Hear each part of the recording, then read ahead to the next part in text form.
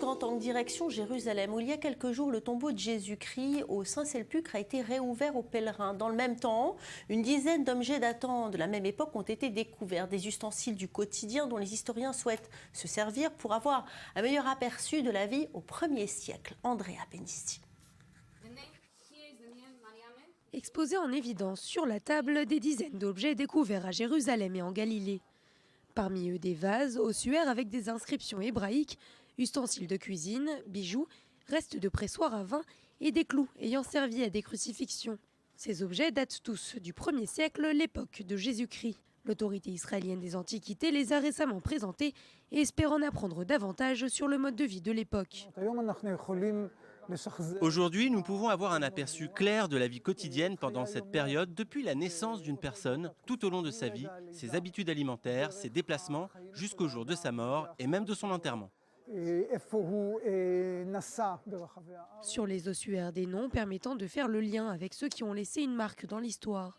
Des personnalités connues grâce aux textes contemporains. L'autorité israélienne des Antiquités a d'ailleurs présenté des pièces de monnaie datant de l'époque byzantine. Cachée par ses anciens propriétaires, cette monnaie servait aux pèlerins chrétiens qui voyageaient sur une route principale de Jérusalem.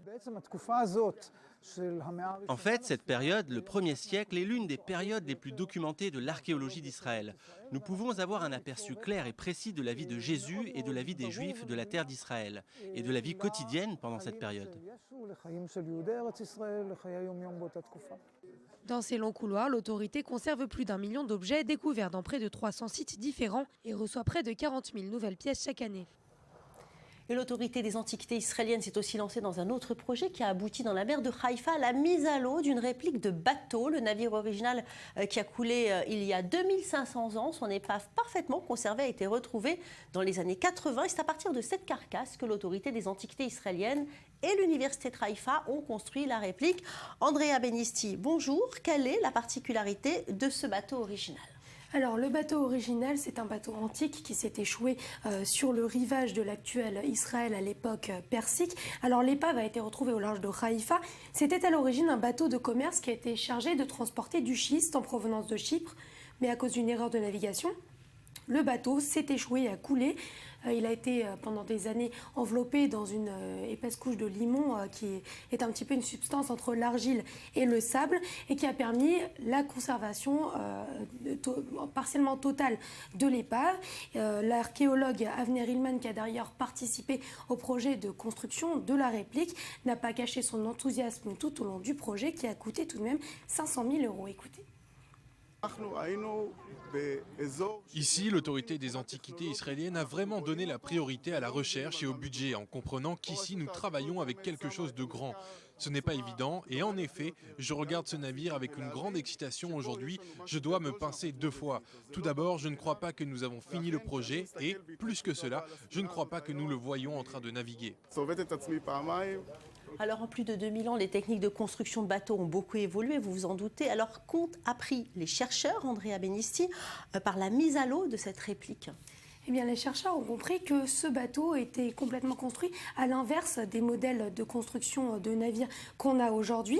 Les côtes du navire étaient fixées après la quille et l'enveloppe extérieure. Aujourd'hui, c'est un petit peu différent. La construction commence par la quille, ensuite viennent les côtes et après on fixe sur elle l'enveloppe extérieure. Donc les chercheurs ont pu s'aider du bateau original de pièces retrouvées en très bon état, comme par exemple la base du mât du bateau ou la quille du bateau. Ils ont même retrouvé la caisse à outils des anciens constructeurs sur le navire. Donc ça représente une charge d'information très importante sur la structure du bateau original qui était nécessaire à la construction de cette réplique qui a débuté en 2015. Regardez. C'est la première fois qu'un bateau de ce genre est en train de se construire en tant que projet de recherche et nous avons eu 2 objectifs dans ce projet. L'un était de savoir comment construire des navires selon une technique semblable à ce qu'ils faisaient il y a 2400 ans. L'autre question de recherche, savoir comment le faire naviguer sur la mer Méditerranée avec une voile carrée car nous ne savons pas comment ils l'ont fait. Voilà Valérie. Alors les organisateurs qui ont participé à la mise à l'eau ont voulu faire les choses correctement et ont versé de l'huile et du vin dans l'eau pour, au fur et à mesure que le navire glissait vers la mer, pour rester fidèle à une coutume antique qui veut qu'on offre du vin et de l'huile aux divinités pour obtenir les vents favorables. Merci Andra. Et puis non loin d'Israël, à Mossoul en Irak, des chefs-d'œuvre sont à tout jamais perdus. Repris par les forces de sécurité irakiennes, le musée de Mossoul a été pillé et dévasté par l'État islamique. Ces trésors d'histoire datés en majorité de l'époque pré-islamique, certains d'entre eux étaient même antérieurs à l'ère chrétienne, un héritage bafoué pour être vendu au marché noir. Julie Ebeau et Sarah Jamy. Dans le bâtiment en ruine, un tas de pierres jonche le sol. Plusieurs centaines d'œuvres d'art antiques ne sont plus que ruines. Rien n'a échappé aux djihadistes qui ont tout ravagé à coups de masse et de marteau-piqueur, mettant en scène cet acharnement dans une vidéo diffusée en février 2015. Ce musée, le deuxième plus important du pays, abritait des objets inestimables. Et parmi les plus précieux, les deux statues imposantes des taureaux ailés au visage humain. Nous avions deux statues, la massue de Nimrod. Ce sont des taureaux ailés avec des visages humains, chacun avec 5 jambes. À côté d'eux, nous avions aussi un lion très important de Nimrod et approximativement de la même taille. Chacun ne pesait pas moins de 4 tonnes. Ils étaient parmi les pièces les plus précieuses que nous avions dans le musée. Plus loin, jetées à même le sol, des étiquettes en arabe et en anglais qui sont là pour témoigner des pertes inestimables. Seuls ont échappé au carnage 2 coffres funéraires en bois massif décorés d'inscriptions coraniques qui appartenaient à des imams chiites ayant vécu au XIIIe siècle. Une restauration est possible si toutefois les fragments des œuvres peuvent être retrouvés. Les objets volés ne seront pas sur le marché noir avant un certain temps. Cela prendra du temps, surtout parce que le groupe État islamique sont en guerre en ce moment. Je pense que ces choses apparaîtront dans un an ou plus. On peut encore les retrouver. Si les forces irakiennes ont récupéré le musée, ils espèrent bientôt reconquérir la très symbolique mosquée où le califat de l'État islamique a été proclamé. Et ce ne sont pas 2 taureaux, mais un Bouddha qui a été retrouvé intact, cette fois à Kaboul, en Afghanistan, dans le site archéologique Mess Eina, qu'il a bravé le temps, les éléments et la guerre. Entièrement restauré, il s'apprête à entrer au musée national d'Afghanistan. Bonjour Cassandre Bergel, alors racontez-nous cette histoire. Oui Valérie, ça se passe à Kaboul, lors d'une expédition archéologique menée en 2012 par des restaurateurs et archéologues italiens, français et afghans. Ils ont travaillé ensemble et ont fini par faire la découverte d'une statue de Bouddha. Et le plus étonnant dans tout ça, c'est qu'elle était intacte et selon les archéologues, la statue était restée cachée sous la terre depuis environ le IIIe siècle. Habituellement, les vestiges retrouvés sont très abîmés et le processus de restauration peut être très long. Et là, eh bien, la statue drapée de pourpre et les mains en offrande vers le ciel est extrêmement bien conservée et elle garde même l'éclat de ses couleurs. On écoute. Nous avons de la chance d'avoir des pièces comme celle-là qui ont été sauvées à la fois des risques naturels comme les inondations ou les tremblements de terre et des pilleurs. Une fois qu'elles sont dans le musée, elles sont à l'abri de tous les risques. Et parmi ces risques, il faut savoir que le site est riche en cuivre et donc la terre est souvent retournée par des ouvriers en quête du minerai et donc peut mettre en péril et abîmer la conservation des vestiges qui s'y trouvent. Et l'Afghanistan est encore d'ailleurs un carrefour où cohabitent des peuples aux langues et aux traditions diverses. Dans cette pluralité qui est encore un motif de déchirement et de conflit, le patrimoine afghan n'a-t-il pas un rôle à jouer sur l'identité des Afghans, Cassandre? Oui, Valérie, et ça passe notamment par la reconnaissance de ce patrimoine par d'autres pays. Et on commence par plusieurs expositions internationales qui ont contribué à le légitimer.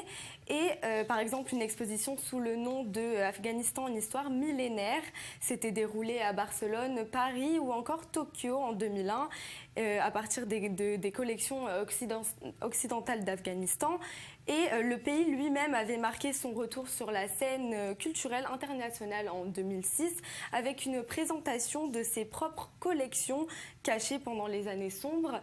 Et cette réhabilitation s'inscrit dans une politique de protection du patrimoine, on l'a bien compris, mais aussi de lutte contre une perte d'identité, comme vous l'avez dit Valérie. On écoute. Ça envoie un message au peuple afghan, c'est la preuve de la riche histoire de notre pays, de notre identité nationale.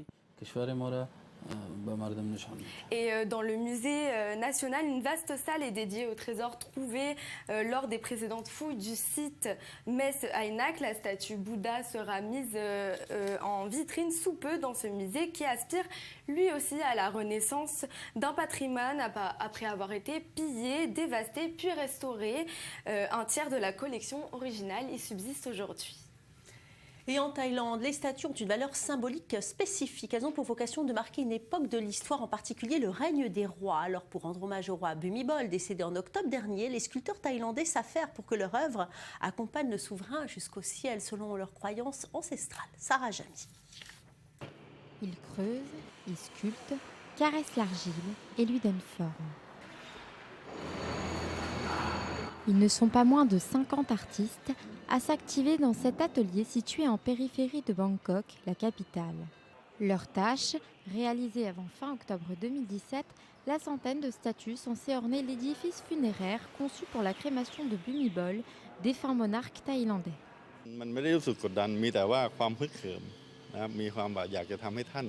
Je ne me sens pas pressé, mais je me sens très bien parce que je le fais pour lui. Nous avons un peu de pression à cause du calendrier, mais tous les artisans travaillent avec amour et fierté pour montrer que nous sommes prêts à aider le défunt roi. Nous le faisons pour notre père. Le père de la nation, c'est le surnom de ce souverain disparu en octobre dernier, après 70 années de règne. Par leur travail, tous ces artistes lui rendent un hommage conforme à son rang et à son aura sur la population thaïlandaise. Les sculptures sont là pour l'emmener jusqu'au ciel, selon les histoires légendaires et les croyances religieuses. Des statues d'animaux, de dieux et de créatures mythiques sont censées orner cet immense bâtiment. Une œuvre monumentale entamée il y a quelques jours à proximité du Grand Palais de Bangkok. Elle fait référence au symbole de la culture du pays, le dieu hindou Brahma et même des Garudas, une créature mi-oiseau, mi-humaine, empruntée de la tradition hindoue et bouddhiste. Elle aurait pour rôle de porter l'esprit de Bhumibol vers le mont Meru. L'ancienne légende dit que Garuda était un moyen de transport pour les rois. C'est une tradition très ancienne. Les rois ont toujours eu Garuda comme transport. Le corps de Bhumibol se trouve toujours actuellement dans une salle du Grand Palais de Bangkok. Plus de 4 millions de Thaïlandais sont venus lui rendre visite depuis son décès en octobre dernier. La tradition royale thaïlandaise veut qu'aussitôt la crémation terminée, son successeur nouveau entre officiellement en fonction. C'est l'heure de notre séquence jardinage.